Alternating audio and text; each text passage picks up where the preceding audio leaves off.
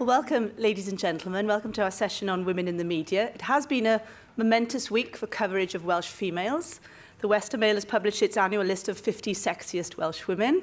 I do moan about this every year, but one of my colleagues points out if I was actually ever in it, it might not be such an affront to my principles, but there we are.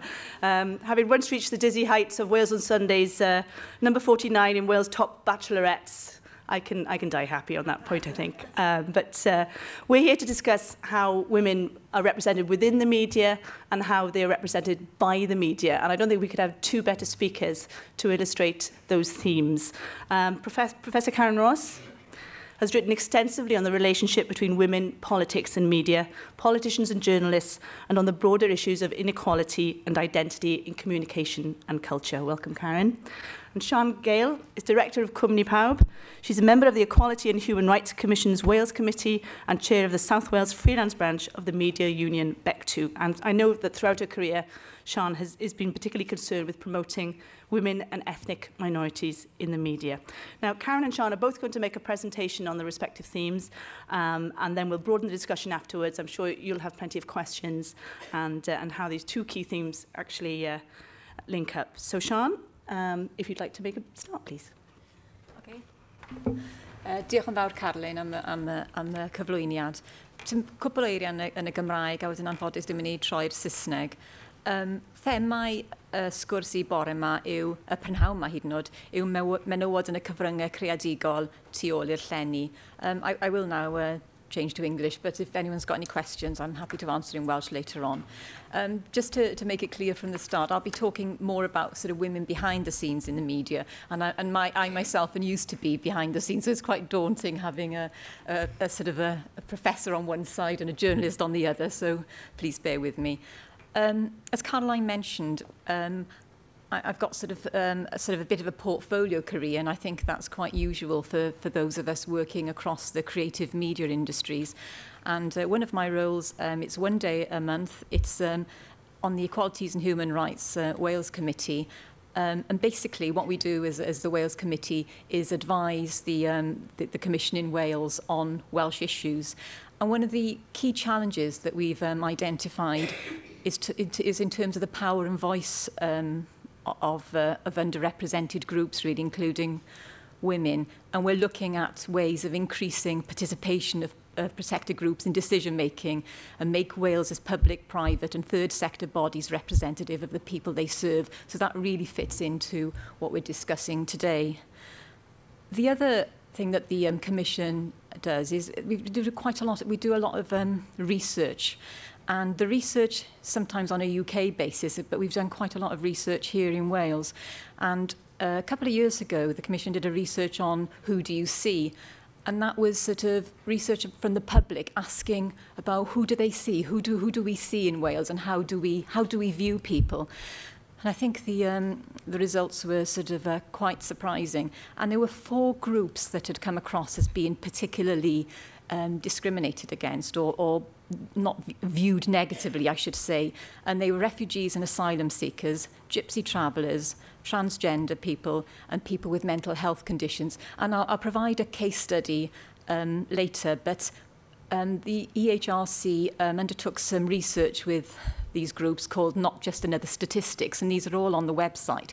And one of the key issues for these groups, was the way that they were portrayed in the media, and the media kept on these stereotypes. So it does link into what we're going to be talking about this afternoon. On my portfolio side, I work as a trainer, so I do a lot of training in terms of creative industries, but also for trades unionists and through communities through the Workers' Education Association. I'm very conscious as well of what Philippa was saying this morning about warmth and professionalism, so that's quite interesting in terms of presentations. Okay. In terms of the sector in the creative industries, what are we talking about? It is one of the Welsh Government's key priority sectors. So the Welsh Government has identified 9 sectors that are of economic importance to Wales, and there are about 20,300 people in Wales working in this sector. The sector I'm particularly interested in this afternoon is the TV, radio and film, and we've got about 4,500 people working in Wales in TV, radio and film. And who are they? Who are the people that we're talking about behind the scenes? There's the decision makers, and the decision makers are people like the broadcasters, the commissioning editors, the influencers, and again, that's what we're talking about today. And then the next stop down is people like the producers, the directors, the writers, and the researchers. Then we've got the technical and camera. They decide on what we look like on screen, etc., and what you can hear. And then there's the craft, design, costume, makeup. And again, they're the visuals of the medium. And then we've got the video editors. Again, very important because they cut in and out of what we say, and we know how important that could be. And I hope we do anyway. Right, okay, so we're talking about behind the scenes, and we're looking at portrayal today. So why are the people behind the scene, really? Basically, the media reflects our communities, a reflection of our communities. So factual news, current affairs and documentaries. Who decides on what's shown on the screen, and who are the programme makers? I mean, how are women portrayed? And that's a bit more of what Karen's going to be talking about later on. It's interesting because Philippa again this morning mentioned about tweets. I'm fairly new to tweeting and I haven't got many followers yet. But I have tweeted a couple of times because there's a certain programme on S4C. It's on every week. But for the last 3 weeks, all the panellists have been men. I mean, there's a woman and male presenter, but every single panellist has been a man. So I hope, you know, the 4th week along now, we will see an actual woman on the panel. But as I've only got about 12 people following me, that it's not having that much of an impact. So after Philippa's thing this morning, I think I'll look for some more people to follow or get more people like yourselves, hopefully, will be making these comments. And then there's drama. Again, I've been in the industry for quite a while. And funnily enough, I'm going on about Philippa, I'm 52 as well, so it must be, we must have got a lot in common. But who writes those dramas, who commissions those dramas is really important. And again, I'm going to give you an example of S4C. It's been a while since I've seen a really good drama on S4C that portrays women. And on a good news is Alice, which is out now, which those of you who either watch S4C because you're well speaking or watch it with subtitles, it's a very strong, feisty, working class woman character. And there's a few strong women characters in there. But if we don't have women writers, or first of all, if we don't have women commissioners, they're not going to be commissioned, so it doesn't matter how many women writers you have. So these roles are really important. And then Caroline is the expert on sport. But again, look at the impact of the Olympics. I'm fed up of people saying, oh, no one wants to watch women's sport. Yes, they do. They want to watch women's sport and they want to watch disabled sports, etc. Sports are for all. So, you know what I mean? Let's try and get rid of some of these stereotypes. And then light entertainment. Again, it was really good to see that sort of clip earlier with a stand-up comedian. How many stand-up comedians do you see on television? Not many. They are around. And I mean, Gwen Davies has written an article on women's stand-ups. A book, sorry? A whole book. But they are around. But again, unfortunately, we don't see them as often as we like. Okay, I've got a question for you, a bit of interaction here. In 2009, 5,750 people left the creative industry. How many of those do you think were women? Anyone like to guess? How many? 4,000? Actually, it was 5,000. Okay, and I think this was in my brief, but in Wales, 38% of people working in the industry in 2006 were women. By 2009, do you think that had increased or decreased? And what do you think the percentage is? Well, by 2009, it might be lower now. It went down to 28%. Okay, so they're huge figures, really. They're not very good for Wales. And the UK figure is 38, so we're doing much worse than Wales in terms of women in the creative media sector. Okay, so why is there a lack of gender balance? And again, I think some of the themes that were brought up this morning are coming up here as well. Informal recruitment and promotion practices. And there's plenty of stats there saying that, you know, most of the jobs in the industry are via informal means, and women are much more likely to have undertaken unpaid work. And I was quite interested, we've just had a conversation about training and mentoring, but it's not that they're not as well trained. They are more trained than their male counterparts, but unfortunately they're not moving on up. there have been some programmes in London and recently in Manchester from the union back to something called Moving On Up, because people in black and Asian minority backgrounds weren't being coming into the media either, and they said, we're fed up of people saying do more training, more training, more training. It's not training, we're just not getting the jobs. And it has worked. They've done some speed networking events with the with producers and commissioning editors, etc., and that started to change a little, at least in London, etc. But also there's the poor working practices, the extremely long working hours, and the culture of a lot of the media organisations, the way that they employ people. And this is in terms of in Wales, but also in terms of the rest of the UK. The significant amount of freelance working and fixed-term contracts, and that's going to get worse because there's 36% cuts now facing S4C and there's 20% cuts facing the BBC, and they are the main people providing work for the sectors. And there's very few opportunities for flexible working. We were talking to the BBC a couple of years ago about freelancing and thinking of different working practices, and the response was, oh, freelancers and working practices, never thought of that. Never occurred to them. And again, we're still trying to bang on that door. And this is a bit of a horrible quote, really, and you know, why are so many people leaving? Especially in their 30s and 40s, you know, people are leaving rapidly in those sort of groups. They're coming in, but they're not staying, and this is why. This person went back to work after 24 hours, which is ridiculous. I had to start, when I was working in television, I went back after 3 weeks. But I didn't go back full time. I just had to start going to meetings, etc., to get more work, because I couldn't afford to stay without any pay for too long. Okay. So we've talked about the negatives and you know, the poor situation, but you know, it's not all gloom and doom. What can we do, and what can, you know, everyone do in this room, and what can the Welsh Government and the Welsh Assembly do, really, the National Assembly? We need to ensure that equality is considered in all policy and strategy documents. In Wales, we've got the Government of Wales Act 2006, very strong on equality. It's one of the first governments to say it's got to be cross-cutting in everything we do. Well, excuse me, why have we got the Hargreaves Creative Industries Review that doesn't even mention equalities? That's that's what sort of the current strategy is based on. So, you know, we need to make sure that, you know, our government implements its policies. And then we need to ensure that social partners, trades union, third sector organisation as well, as consulted in the creative industries way forward, as well as the sort of employers.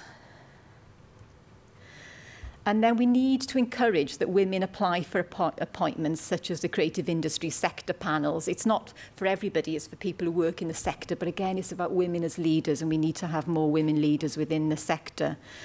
And currently there's a vacancy for the Audience Council for Wales, and that's the BBC's Audience Council for Wales that advise on BBC Wales's productions. The closing date is the 3rd of the 12th. Unfortunately, it's unpaid, but if anyone's interested in going on the Council for Wales, it's worthwhile doing. And then the S4C authority, that's a paid position. Last year, 8 out of 9 of the people on authority were men. The situation this year is a little bit better. But we need to make sure that people are applying for these sort of posts. And then we need to keep up to date with gender balance of decision makers. So we've got a publication, Who Runs Wales, in your pack. That's from the Equalities and Human Rights Commission. But on the website, it's a bit more updated. So again, you know, make sure that we keep up to date as who's making decisions. And again, it's following the theme that Philippa mentioned this morning. Twitter and social media can enable us to be a bit more empowered. So, you know, get those pens out. If you don't like what you're seeing on the screen, if you don't see women in sport, you don't see women on your light entertainment programs, you don't see them on the panel, then write and let them know, and tweet. Okay.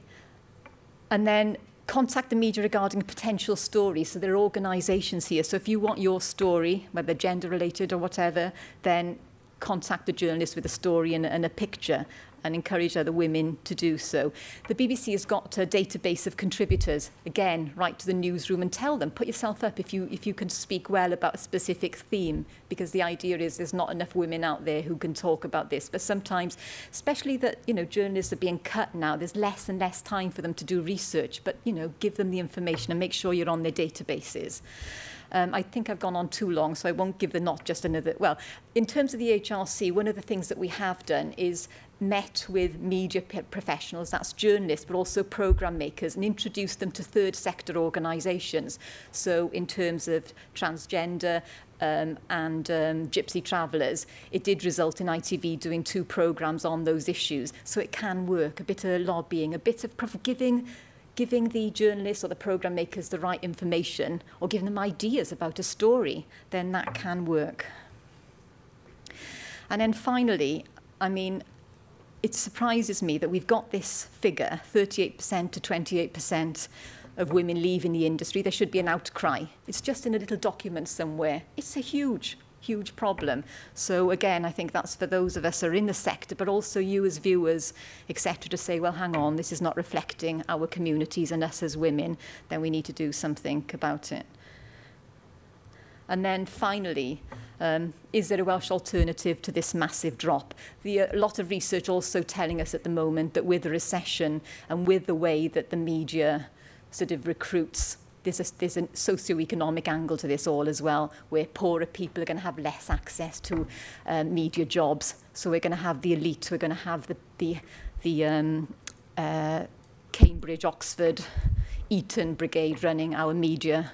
Always has been a bit thus in terms of the top of the BBC and places like that, but we thought we were starting to move in the right direction, but I'm afraid we're going back downhill. Okay, well, diolch yn fawr. Thank you very much for listening. Thank you, Sian. That was really interesting. Just a few points I'd like to pick up on, and maybe just add some anecdotes, really, of my own experience in the production industry. I work for an independent television and radio company, and a lot of women in my circle is similar age, kind of late 30s to late 40s. And what I've noticed in the last year, 6 months or so, is how many of us have been made redundant, myself included, actually. I'm in the process of starting up a new company at the moment. Friends who work for S4C and BBC, and I think women, generally in Britain, it's been said that we're taking the brunt of the economic difficulties, and I know that is certainly the case in the Welsh creative industries at the moment. And just anecdotally, you talk about the people who make the decisions, and those are the people who shape the kind of television we watch and radio we hear. Sian and I were having a chat before we began on how you have to pander to the character of the commissioning editor and make programmes that they'd like to watch, really, rather than ones you'd like to watch. I've been battling to get food on Welsh television. I know it's catered very well on S4C, but I make a programme on the radio, which is one they've told us is one of the most successful series they've had, called Wales on the Menu. Like, I don't know, I'm having a little plug. But it's not really a programme about food. It's about characters. It's about what chefs are like, the professional cooking world, people who love home cooking. It's a narrative. And yet every time I go in and pitch this to television, there's a man there who obviously does no cooking himself and just think, oh, it's just women's stuff. It's not general interest. And also, I think this is particularly a Welsh problem. I've been asked 4 or 5 times in the last 5 years from someone, a producer sitting in an edit, who's got to the end of a documentary series and thought, oh shit, we've got no women in this. and this has happened in a series, everything from Welsh politics to a documentary on Merlin, and I've had to step in with a soundbite, so there's a female face somewhere in the mix. So as you say, you mapped out the hierarchy of programme making, and unless we have enough influence at every stage, from decision making down to craft, then we're not going to get the gender balance that we need. And as we saw from that brilliant YouTube clip, how frustrated young women in particular are misrepresentation. I think about a program like The Valleys at the moment. My 14-year-old niece is very upset about. She lives in the Rhondda, is distraught that people in Cardiff, let alone the rest of Britain, think that that's how young. So I'm going to kind of just talk very briefly on work that I've been doing over the last kind of 15 years, looking at this relationship between women, politics and media. And this is me, circa 1993. And I started getting interested in this relationship between women, politics and media when I stood as a councillor, as you can see, nearly 20 years ago. And what amazed me, as someone who had no kind of experience of the media up until that point, was how I was constantly framed as the either feminist academic who really shouldn't be standing, because what did I know about politics? I'd only been a member of the Labour Party for a very few number of years. Or the kind of the young, dykey, jackbooted contender, because obviously I kind of was a young woman, liked to wear DMs, and again, shouldn't actually be standing because what did I know about politics? And I was standing against a male contender, a man in his 50s, who was a church warden, and we were constantly kind of juxtaposed in the local media. Nothing to do with our policies, nothing to do with whatever we believed in, but absolutely to do with what the media thought we were, who the media thought we were as individuals. And it occurred to me that to consider whether my experiences were replicated around the country, and in fact, later on, around the world, whether my experience as a young woman politician, the way in which the media were framing me was similar in other places. So I started this journey of looking at that kind of relationship.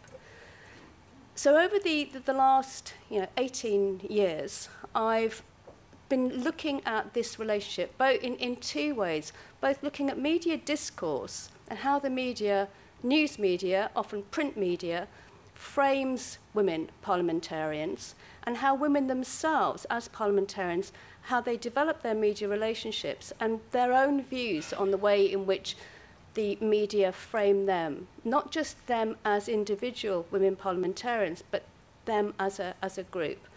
So that first kind of comment, Bambi Thumper and the one in the dress, was really about the Labour leadership election in 1994. And to me, it kind of exemplified the way in which the media kind of just like to kind of trade in stereotypes, like to try and compartmentalise you. So you had Tony Blair, you had John Prescott, and you had Margaret Beckett. And Margaret Beckett, interestingly, at that time, was actually deputy leader. When John Smith died, she became kind of proxy leader. But she was never, ever, ever, ever, ever in the frame as being the party leader. It was never even a consideration. And there was some really quite, horrible, nasty, vile media about her, compared with, certainly, John Prescott didn't have much of a good press either. Tony Blair, obviously, as Bambi, had very good press. So I started kind of looking at the kind of tropes, the kinds of discourse, the kinds of language, the kinds of photos which accompanied media representation of parliamentarians. So I've been looking over these last few years at both kind of press discourse, mostly around election time, because that's really when most politicians get the most press, and it's certainly the time when most women parliamentarians actually ever get in front of a camera.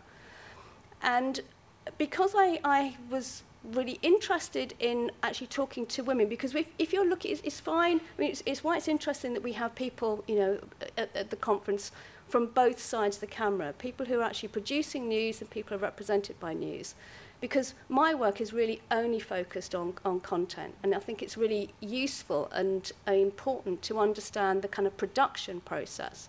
But from women parliamentarians' point of view, they have a number of things to say about the way in which they develop their media relationships. And what I began to realise when I started kind of talking with women politicians at Westminster, the first person I ever interviewed was Anne Widdecombe. And I remember going to see her. When she was Home Secretary, and it was like the week after she had made the rather infamous pronouncement that a woman who was about to give birth, who was actually an offender, needed to be chained to her bed with handcuffs just in case she escaped as she was giving birth. And Anne Widdecombe when I arrived as a relatively novice researcher, actually happened to have some young guy doing work experience. And as I was ushered into the very inner sanctum of where she was sitting at the end of a really, really long table. And so I went in, she was sitting at the end of the table, young guy sitting next to her. And she said, "Have you got a tape recorder?" I obviously said yes. She said, "Well, just throw it down the table," which I literally did, kind of slid it down the table. And she spoke for half an hour into the tape recorder. Never, ever had eye contact. One of the things I found kind of really interesting about Anne Widdecombe at that point is that she dyed her hair very obviously, but she had really perfectly manicured, beautiful nails.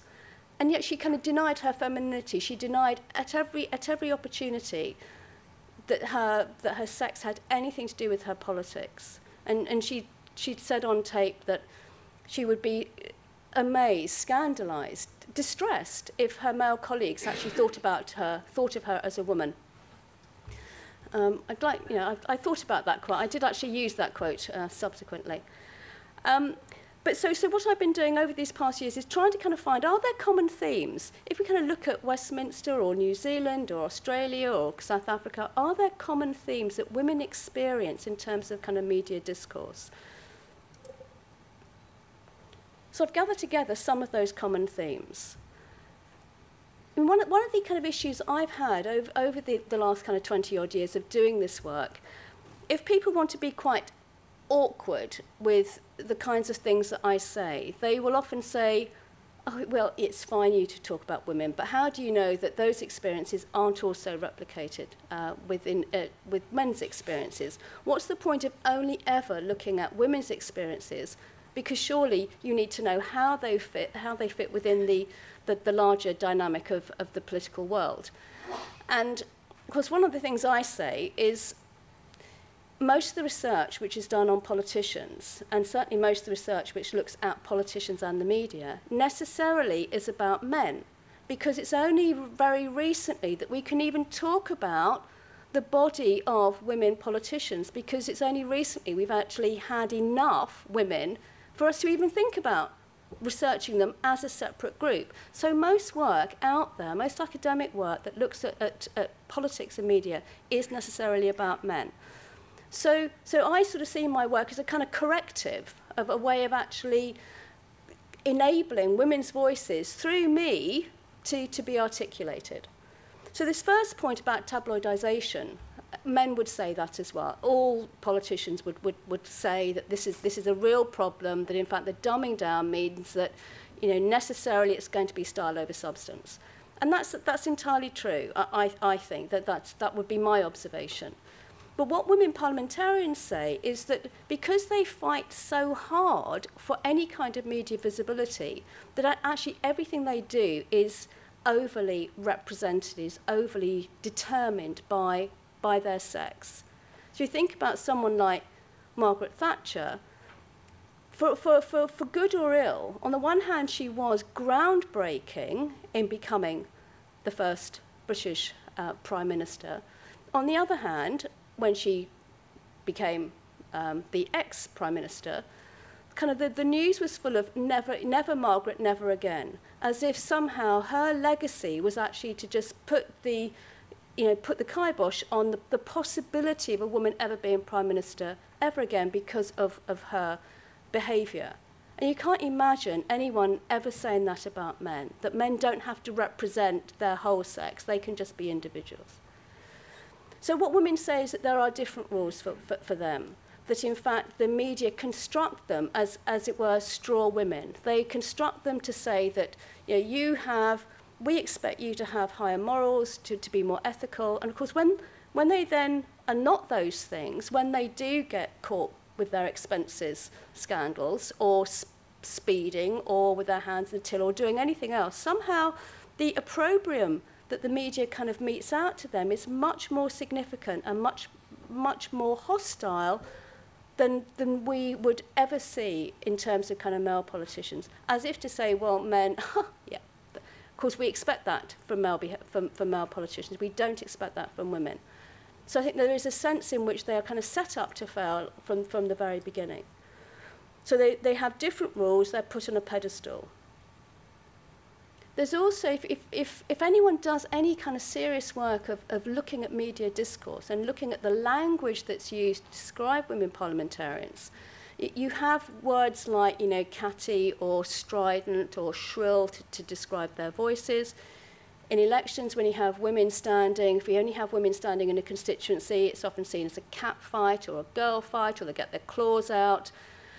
You often have photos where, if you have men photographed, they're often photographed in Westminster context on College Green, full length, looking very sober in a suit. Women, on the other hand, are often photographed in their offices with a vase of flowers behind them, photos of their family on the desk. So, and even though at one hand, on one level you can say, well, does that really matter? Surely that just shows the human side, their family side. Yes, of course it does do that, but it also, I would argue, they wouldn't necessarily argue that, and I'll talk about that in a minute, but it actually can undermine their potency as kind of political actors if actually they're always seen in a domesticated space. Even their office is a domesticated space if it doesn't look like an office, if it just basically looks like their living room. The idea of kind of marginalising women's voices, I think that, I mean, it's a kind of weird thing to be researching an absence. So when I'm doing my work and looking for example, looking at the 2010 elections and where women candidates featured in kind of media discourse, what you're actually looking at is you're looking at an absence. So you're counting an absence, which is a bit weird. What that means then is that when you actually do look at where women are represented, you're looking at something which is, as I said, so totally overdetermined because that small space that women actually are given has to stand for all women candidates standing in any particular election. So there's this idea of both marginalising women's voices and then undermining the voices when they do actually get any kind of media play. When I was in South Africa, which was probably 10 years ago, what women there said, particularly kind of black women, would talk about this kind of double whammy of being both black and women. So the idea of political journalists, certainly in a South African context, it's probably slightly different now, but I'd be surprised if it is very, very different, is that there is even more antipathy towards kind of black women as politicians than women, than Anglo women, because they can't, you know, most political journalists, certainly in South Africa at that time, were kind of white Afrikaans men. And the idea of actually black woman being in any position of power was really very, very hard to take. There's also the kind of issue around their domestic arrangements, and we see that with people like Jackie Smith. So Jackie Smith came to the public eye in the expenses scandal, not because of anything she did, but because of what her husband was up to.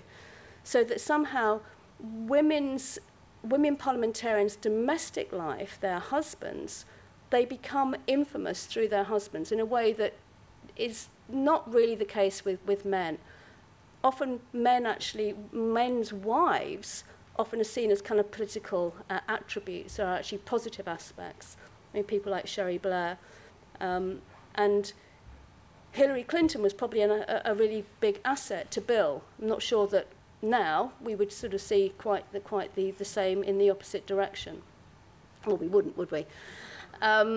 So, you know, there are ways in which, you know, the political spouse, in some cases, is an asset, in some cases is a hindrance. And then lastly, the Bridget Jones effect. I think that I had more comments, and it's something which continues to be incredibly problematic, which is the continual sexualization and commodification of women's bodies.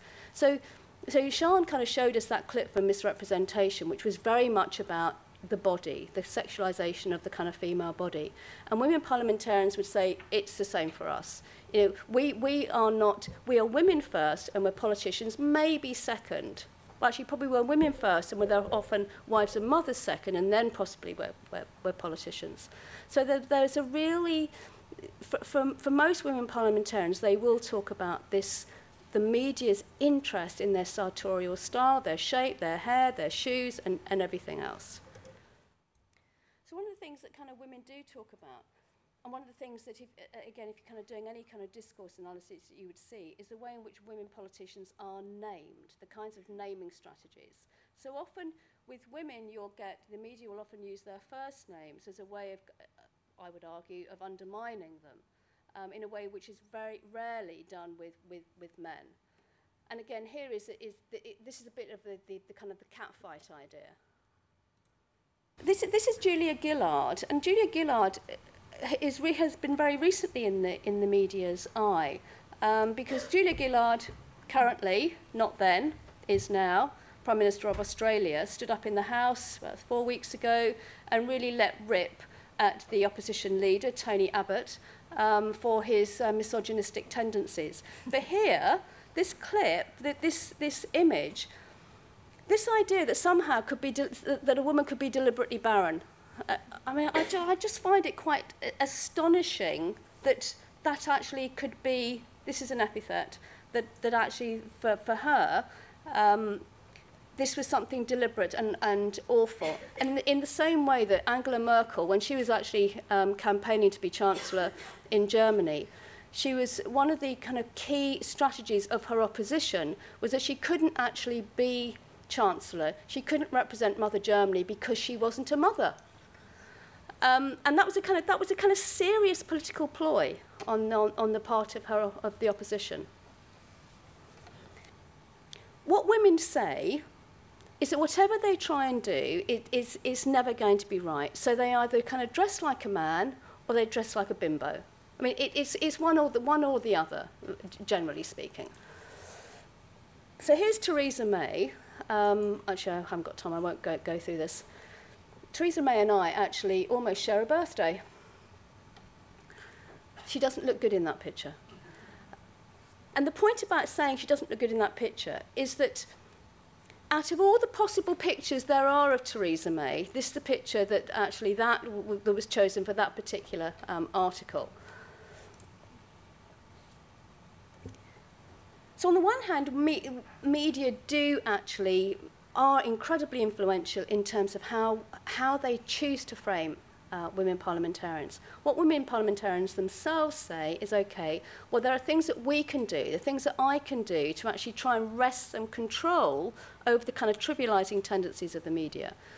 And these are some of the things that they say, which is really about giving the media, I mean, I think it's a point that Sian made, particularly at this point, where the media is constantly, leaking resources, the more that kind of women parliamentarians can give media things so that they can't actually be misquoted. If you actually take control of your own press release, if you actually give the media things, then it's much more difficult to be misquoted.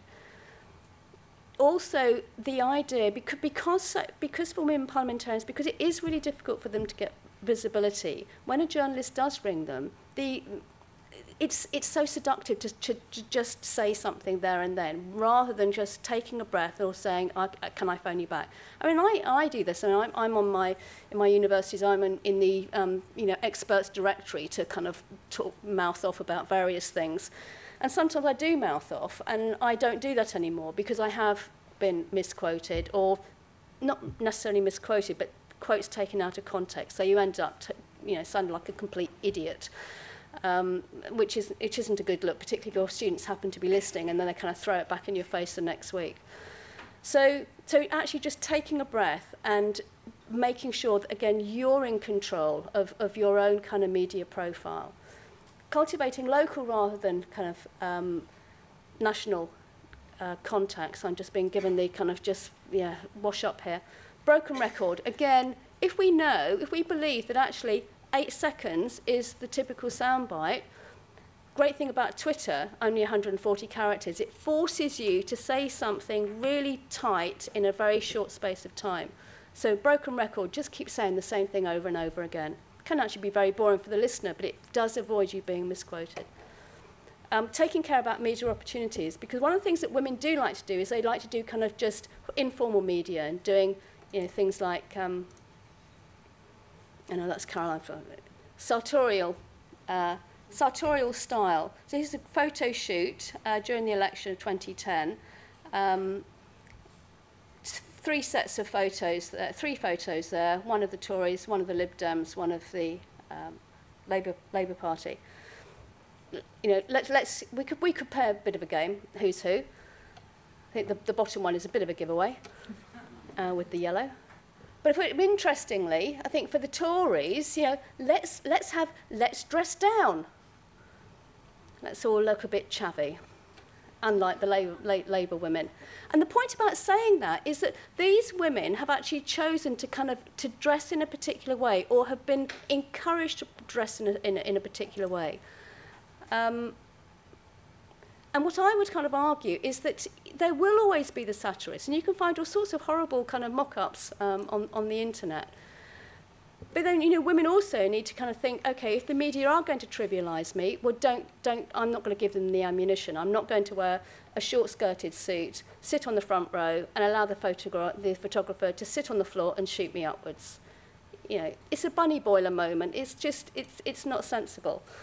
You know, we know if the media are going to be looking at your sartorial style, don't give them the ammunition of showing off your cleavage unless you're actually cultivating that kind of media. I mean, Jackie Smith here. I mean, you know, busty Jackie Smith. Oh. I won't go what we get. So just to wash up. One of the things that it seems to me that we can do for ourselves is to take control of what we can do. We can take control through our media relationships. We can take control through using things like social media, and we can take control of our wardrobe. So, you know, I think that, you know, we'd ended with kind of social media, and we'll probably kind of talk again about social media. But it just seems to me that there are things that we can do to kind of control our image in a way which actually puts us back into the driving seat, so we're not constantly victim to the kind of media's proclivities to trivialise us. Thank you, Karen. Just before I open for questions from the floor, Karen, in the context of what you've just been talking about, what do you think of the media control tactics of Nadine Dorries? We see what I thought was fascinating about Nadine Dorries is that what her justification was that she would be able to reach a wider audience through going on I'm a Celebrity. Because the very fact that she actually said that meant that every potential political point that she wanted to make has been edited out. You know, so I think that just was a massive backfiring. And plus the fact it was post-hoc rationalisation. She just wanted a 4-week jolly in Australia. And it'll be. I think that this was her exit strategy. I can't imagine she's going to come back as a. Actually, I did tweet on that this morning. Thank you very much. Questions, ladies? There's a gentleman with a roving mic, is there? Or you've all got microphones yourself, I presume, have you? Yeah. Lady over there.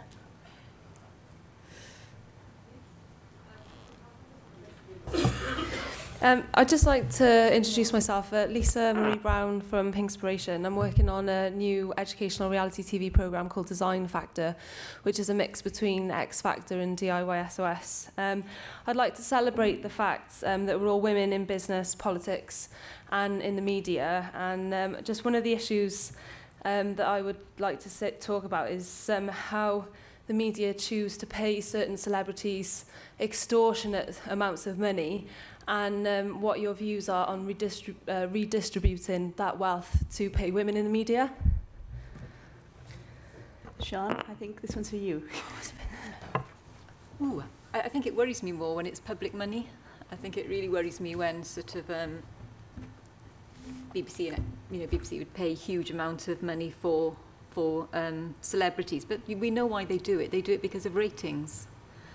Because they want to get as many ratings as possible, so that's why they pay celebrities such a high amount of money. Although I'm sure that if we looked at comparing the pay, that the pay of women celebrities is going to be less than male celebrities. So personally, I'd like to see a cap on how much people are paid really by the private or the public sector. I'd like to sort of redistribution of wealth. That would be fantastic. Can't afford to pay anybody in Wales anyway, so, apart from Derek Brockway or somebody, but there we are. Next question. Elin Wyn ydw i yn arfer gweithio yn y BBC, arfer gweithio yn y BBC fel cynhyrchydd a golygydd yn yr adran wleidyddol, wedi gadael ys 6 blynedd. 2 bwynt o'n eisiau wneud a eisiau cael sylwadau, oedd Carolyn yn sôn yn cynharach bod hi a lot o'i chyfoedion yr un oedran a hi yn ei 20 wedi cael colli swyddi'n ddiweddar. Hynny yw, nid yn unig mae lot o fenywod yn gadael y diwydiannau creadigol yng Nghymru, mae lot o fenywod sydd dros i 20 oed yn gadael. Felly, ychydig iawn o fenywod hŷn sydd yn gweithio yn y cyfryngau bellach. Sy'n llawer o ddynion chwaith, ond mae mwy o ddynion yn gweithio, mwy o ddynion dros 100 oed i gael. A dwi ddim yn nabod llawer o fenywod dros 100 oed sy'n dal i weithio yn y cyfryngau yng Nghymru, a gweud gwir. Yr ail bwynt o'n i eisiau wneud ynglyn â diwylliant newyddaduraeth gwleidyddol. Mae newyddaduraeth yng Nghymru yn enwedig. Mae cryn dipyn o fenywod yn gweithio yn y diwydiant newyddadurol. Yn yr uned wleidyddol BBC Cymru, mae yna ddynes yn arwen yr uned wleidyddol Bethan Powys, fydd yma nes mlaen. Ond y teimlo sydd gyda fi yw mae gwerthoedd newyddion gwleidyddol yn tueddu i fod yn wrywaidd. Maen nhw'n tueddu i fod yn macho. Y storis da yw y storis ynglyn â gwrthdaro. Y storis ynglyn â cwmpa mas gyda'ch gilydd. Pethau gwrywaidd. Does dim unrhyw storis ble mae pobl yn cydweithio gyda'i gilydd ac yn datrys problemau ac yn gwneud pethau lles y gymuned. Dyw'r rheina ddim yn storis sydd yn cyrraedd y newyddion, ond maen nhw'n y teip o bethau mae menywod yn tueddu i wneud. Felly, fi ddim yn gwybod falle Karen byddwch chi'n lygo wneud sylw ynglyn â gwerthoedd newyddion gwleidyddol. Diolch. Thanks for that comment. I mean, absolutely. And I mean, I'm doing some work at the moment which is looking at women and men in decision making in European media industries across the kind of 27 member states. And what women themselves say is precisely, they talk about macho kind of news culture, and that in order to survive, they have to become as macho as their male colleagues to avoid their copy being spiked, to avoid them being seen as kind of feminists. And what they say is that they can't both be journalists and women. Rather, they can't be journalists, or they can be journalists or they can be women. They can't be women journalists because somehow that is not, it's not possible. So what they say is, what happens is that they have to kind of outperform their male colleagues. And what women politicians say, interestingly, is that they have often had more, not necessarily spiteful, but sometimes more spiteful press from kind of women journalists who've been to interview them, because they've disclosed things on a kind of sisterly basis, which in retrospect, when it then comes out in print, they can't say they've been misquoted, but they would then say, I would never have revealed quite so much of myself, but I thought that we were friends. So there's a kind of idea about that journalistic culture and the political culture. And women journalists working within a kind of political field either become one of the boys or they leave. I mean, that it's very difficult for them to actually survive with integrity. And that's what they would say. And I think that if we look at kind of political journalists, in some, not all of them, but certain political journalists, women, you would sort of see a particular kind of tone. I mean, someone like Amanda Patel or Anne Leslie, both working in Daily Mail, and it's just very unfortunate because it doesn't, because it's suggesting that is the only way to be, and that isn't the only way to be. I'd like to pick up on the first point you made as well on the kind of visibility of older women in the Welsh media. I know that Network BBC had to respond because of the Country Fel presenters case. I don't think the Welsh media has responded. I can't think, with the exception of Betsan, who's a very youthful mid-40s lady, I can't think of hardly anybody on SOC or HTV or BBC Wales, women in that kind of 50-plus or late 40s age group, regularly on television. So I think it's a sadness. I know Sean wanted to add one more point to your question originally. So I ni ateb pwynt Elin, mae yna llawer o bobl di cwyno ynglyn â diffyg merched 50 plus o flaen y camera. A mae Julie Waters di sgwennu'n helaeth am hyn, a mae'r undeb equity dros 20 mlynedd yn ôl di bod yn siarad am hyn, ond yn anffodus dyw pethau ddim yn gwella.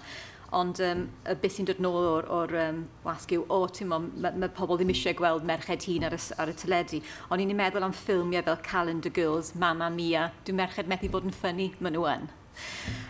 Just going back to, I'm sorry, you took me a bit surprised. I didn't answer your question very well. I mentioned earlier about influences in terms of the media, and your question was about paying high salaries to particular talent. Because of the recession and because of concerns with broadcasters in particular to have very high viewing figures, and I'm sure, Caroline, you'll be able to I'm speaking two languages now, to emphasise this as well, is that sometimes programme makers will insist on you using particular talent because they want the viewers, and that then pushes the price of that talent up. So that is a huge issue. So if they want, I don't know, Jonathan Ross or someone like that, then obviously their status is going to go up and their costs are going to go up because the broadcasters are saying, oh, we're not taking any risks, we're not taking any risks. So that means that the value for them is getting higher and higher. There are thousands of good people out there that can be good presenters, and I'm sure people will be glad to see them, but I think it's a self-perpetuating myth and it's a huge problem. I think the media industry relies heavily on volunteers, and women in particular often volunteer a lot of their time for charities and to help their community. So I think potentially a good way forward would be to introduce a flat fee for women to appear in the media or appear on radio or appear in TV, so that even if it was a small amount, £60 or something around that would basically just pay for their out-of-pocket expenses, I think would enable more women to appear in the media and on radio and in TV, which I think would be a good step forward. I mean, sorry, flat fees, I might be contradicting what I said earlier, but minimum fees for things I think are fine, and working for nothing is not acceptable. Rosemary, I know we've probably run slightly over our allotted time. Are we allowed to squeeze one more question out? Or one more, of course, yeah. One more, lady in the middle there. Linda Williams, Newport Women's Aid. We held recently a domestic abuse awareness raising day, and unfortunately we couldn't get our local paper or BBC Wales to cover the event because we weren't prepared to centralise the victim. Have you any ideas how we can get around this for the future? Freelance journalism, get some women journalists, use your local university, anyone who's doing production, very interested in doing that as projects, get them while they're young. Also, I think we did a programme, worked on a programme, it's a long time ago now, it's going back 20 years, and it was a series actually about women in prison, and there was women in domestic abuse, and it was about getting to know a producer that you can trust, and doing some art items with them, not sensationalising, but doing it in, finding out, building relationships and finding someone you can trust. The other thing is like John Humphreys on the Today programme yesterday, was it yesterday morning, did an item with someone had been abused, but they didn't want to talk about it, so they had an actor in to do the to play the part sort of thing. So there are ways around it, but again, it's about building those sort of relationships. Thank you, Sian. Well, I hope you've enjoyed the session. We've probably haven't touched on as many things we'd like to. I'm sure we could have gone on for the rest of the afternoon. I'd just like to leave you with... we've talked about solutions, and I just want to kind of outline the problem very briefly. In a typical month, 78% of newspaper articles are written by men, 72% of Question Time contributors are men, 84% of reporters and guests on Radio 4's Today Show are men. Where are all the women? This was written by a Guardian journalist, and it's now sparked a whole project by women in journalism scrutinising the gender balance of the British press. I also started with Welsh Mail's 50 Sexiest Women. We had 100 Welsh heroes a few years ago, and only Catherine Zeta-Jones made the top 20. If we took that poll again, I hope that will never happen. Thank you very much for coming today, and thank you to our speakers.